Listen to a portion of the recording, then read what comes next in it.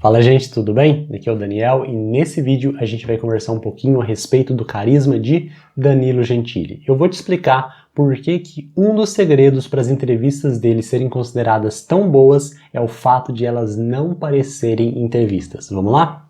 É o seguinte, pessoal, para começar, eu vou explicar um pouquinho a respeito da forma da análise que eu apliquei nesse vídeo, tá? É o seguinte, eu não estudei o Danilo Gentili de uma forma tão abrangente, ou seja, o todo, mas sim eu foquei nas entrevistas. Eu já tinha visto várias entrevistas do Danilo e eu assisti mais algumas dando uma atenção especial, ou seja, eu fui assistindo, identificando elementos do carisma que estavam sendo utilizados por ele naquelas conversas com os entrevistados. E o que eu reparei é que tem um elemento do carisma que ele utiliza muito, e eu já vou te explicar qual que é.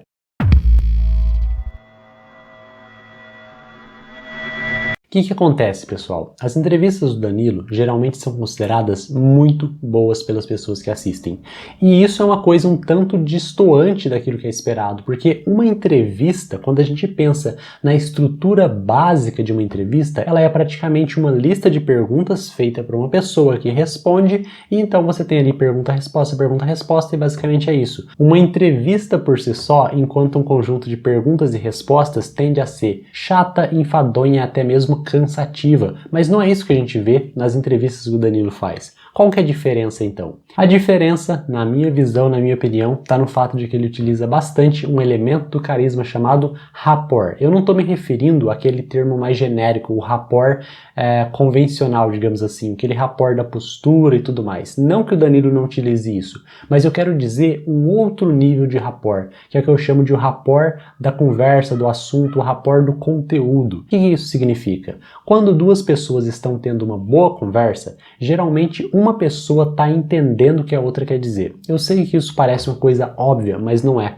Tem muita conversa que uma pessoa está falando uma coisa, a outra está até se fingindo de entender, mas não está entendendo de fato, ou então está entendendo, mas não consegue transmitir isso para a pessoa que está falando. E no caso de uma boa conversa, isso não acontece. Numa boa conversa, as duas pessoas estão conversando, estão se entendendo, estão deixando claro o fato de que estão se entendendo. Ou seja, o segredo das entrevistas do Danilo está no fato de que ele utiliza isso para tornar aquilo que seria apenas uma entrevista numa conversa, numa coisa muito mais próxima de uma conversa, de um diálogo, quem sabe até mesmo entre amigos. E como que ele faz isso na prática? Por meio daquilo que eu tinha mencionado, fazendo a pessoa se sentir entendida. Eu vou te dar um exemplo. Numa entrevista ele estava falando com o Alok, e o Alok comentou com ele a respeito de fãs, a respeito de algum momento que ele acaba saindo de um evento e está cansado, está exausto e não consegue dar a devida atenção para aqueles fãs. E o Danilo simplesmente pegou aquele assunto que ele tinha falado e jogou numa situação pessoal. Ou seja, ele pensou numa situação que ele, Danilo, tinha vivido,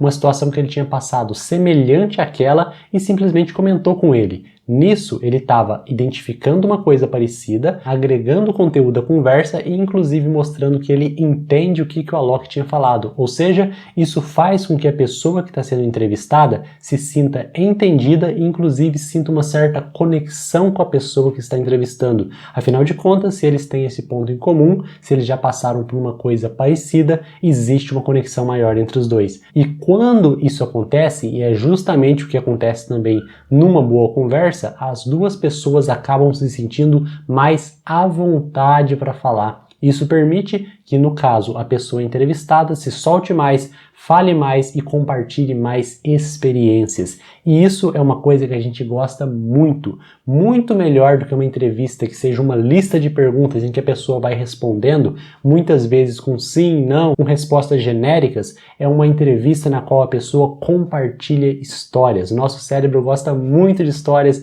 nós gostamos muito de histórias, então quando a gente ouve um entrevistado contando uma história, aquilo se torna muito mais interessante e, no caso, até permite que o programa seja muito mais que entrevista, seja uma forma de entretenimento, uma coisa divertida, uma coisa legal, uma coisa que a gente pode gostar de assistir, tá certo? Então, essa é a minha análise, conforme eu tinha mencionado. Ela é mais restrita ao campo das entrevistas e não à pessoa do Danilo como um todo. Se você acompanha o Danilo, se você já assistiu algumas entrevistas dele, conta pra mim se você concorda com isso que eu falei ou se você pensa diferente. E se você tiver a sugestão de outra pessoa que você gostaria que eu analisasse por pontos de carisma ou por forma de carisma, conta pra mim também nos comentários e a gente se vê no próximo vídeo.